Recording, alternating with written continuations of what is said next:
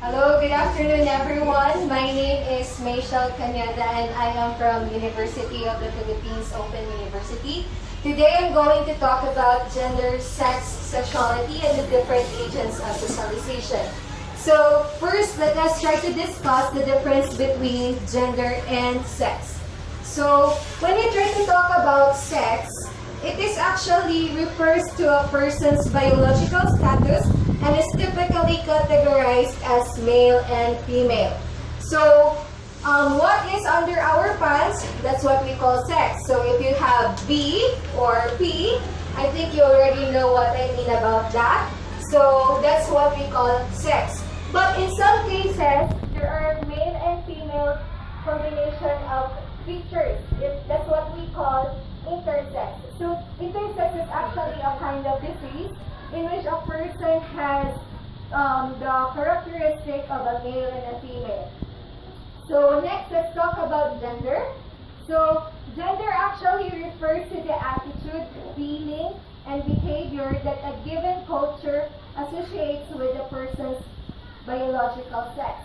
It also talks about how you see yourself, the way you move to the world, and at the same time, it's the masculinity or femininity of a person. So this means gender can be changed, whereas sex is unchangeable because you already have it at birth.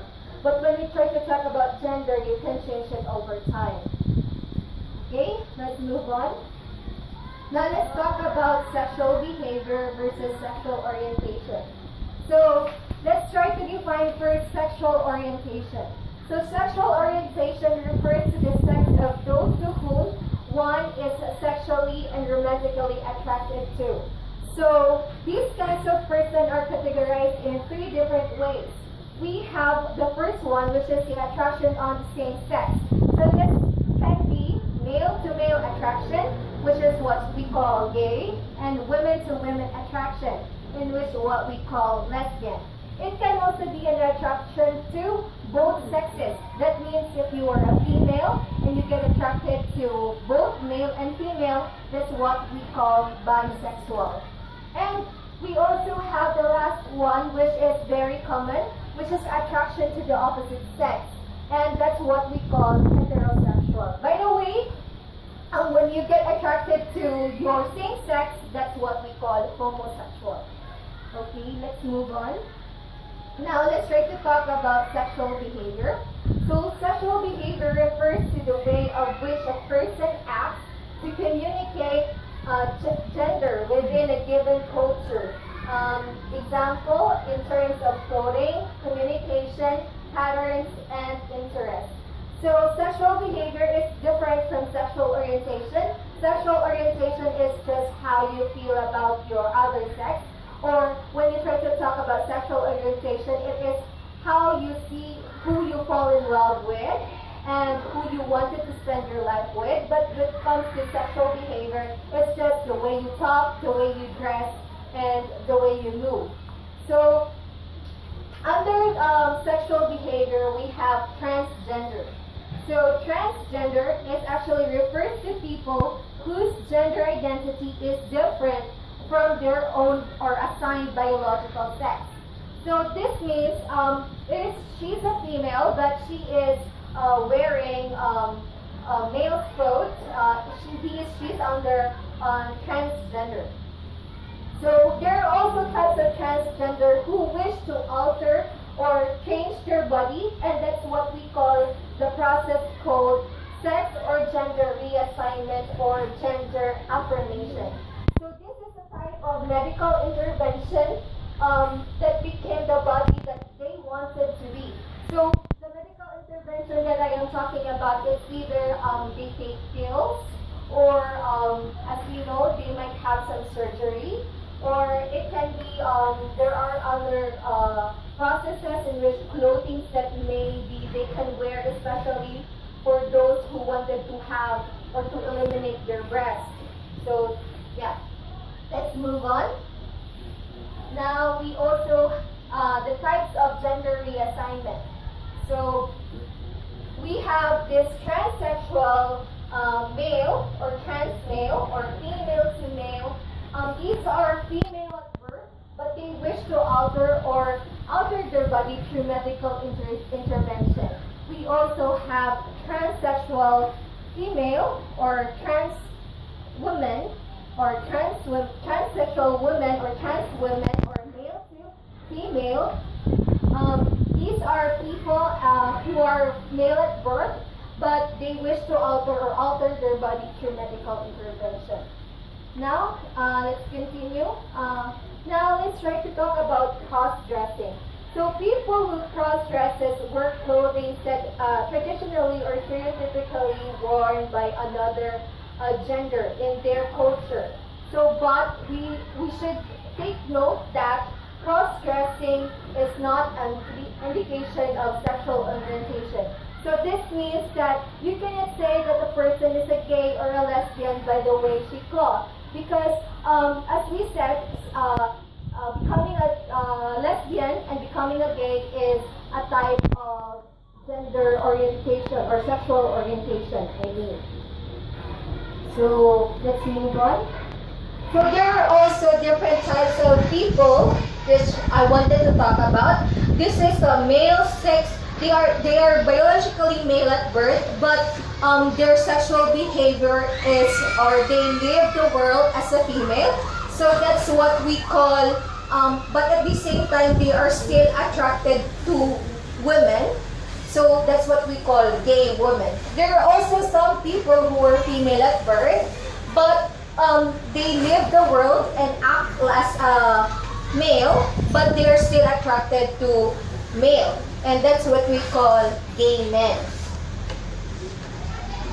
Okay? So now let's try to talk. This is actually very, very complex. So some people can either change in sex, gender, sexual behavior, and their sexual orientation, depending on their own preferences. So therefore, we could say that gays, lesbians, bisexuals, and transgender is different. So as I said earlier, when we try to talk about gays, lesbians, and bisexuals, they are sexual orientation, whereas transgender is sexual behavior. Okay, let's move on. Now we're going to talk about gender socialization. So as we know, gender is socially constructed. It is the term gender or becoming a male or becoming a female is socially, we got it from the environment that we have. Our environment tells this is a boy, and our environment tells this is to become a woman or a female, right? So socialization is a process through which individuals develop selfhood and acquire knowledge, skills, and motivations required for participation in social life. So it is also, we are able to know what is appropriate and proper for both genders. So we are able to know what is proper for becoming a male or a female depending on our environment. And these are the different agents that we somehow know what are the difference between male and female. So first, the very biggest impact here is our family. So once our parents know our sex, even if we are still in their womb, they already associate us with things that are gender-based. Take for example the colors. So we say, oh, color blue is for male babies, and color pink is for female babies. And they are also given us gender-based toys. Let's say, for example, dollhouse. Dollhouse is for female babies, whereas toy cars are for male babies. And also at the same time, they have also given us gender-based activities. So female or women get engaged with housework, whereas male get engaged with sports. At the same time, our peers has somehow influenced us.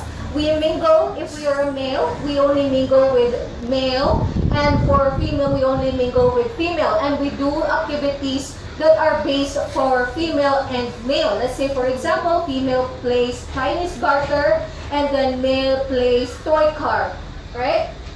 So at the same time, our religion. So as we know, Philippines is a very religious country. So, and we are Roman Catholic. So our church tells us we only accept two different types of gender, which is becoming a male and which is becoming a female. And we also have our government, the media. So the media has a very great impact with this, especially the television, and our workplace, at the same time ethnic clubs and social groups, and school. Okay. So if you go to a school which is as a Catholic school, so they are very strict about becoming a straight female or a straight male. And lastly, so what kind of discriminations does the LGBT? So the LGBT means lesbian, gays, bisexual, and transgender community face. So I guess in every aspect of our life, there is discrimination with the LGBT community. I guess many of you have observed this kinds of discrimination.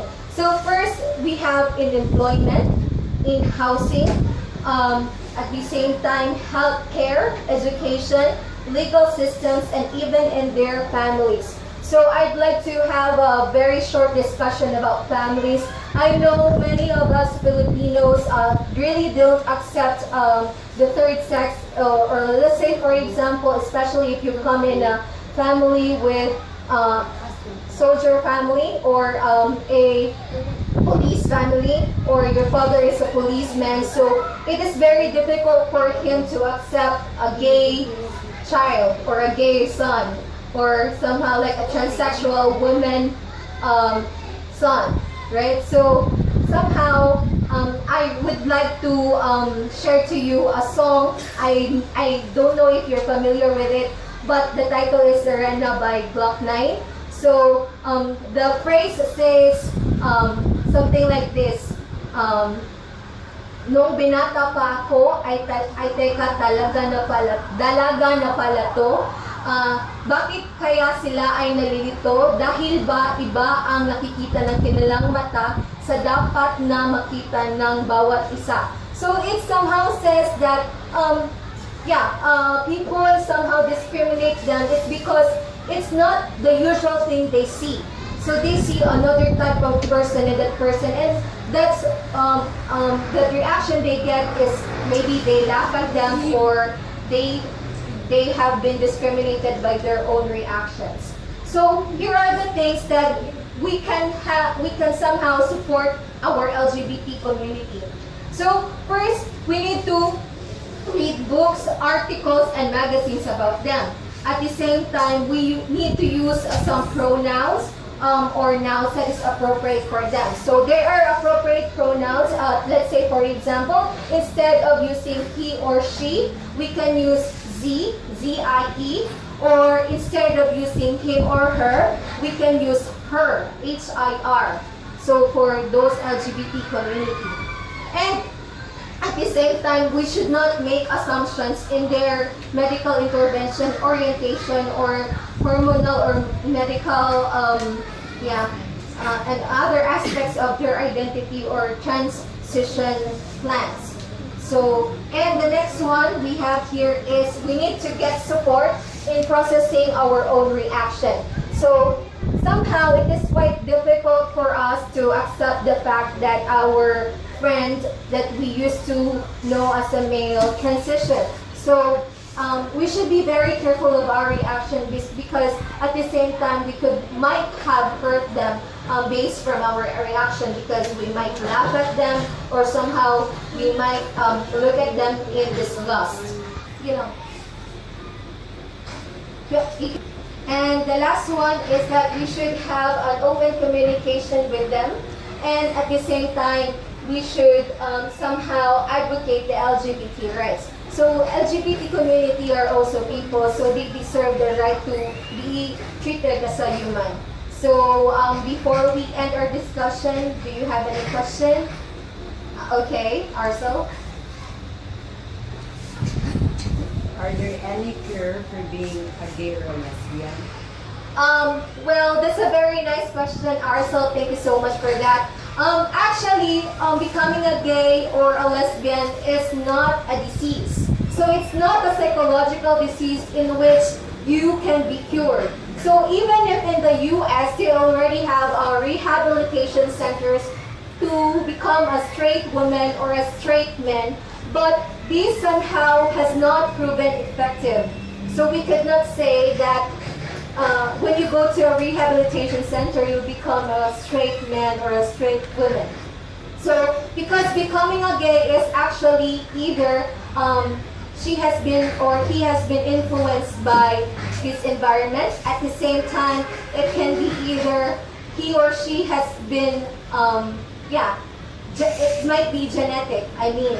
So becoming a gay or a lesbian is not really somehow we could avoid because it somehow comes from within. It's your own preference. Okay. So anyway, thank you so much for listening to our discussion today. But before we end our discussion, I'd like you to reflect on this song that I'm going to play today.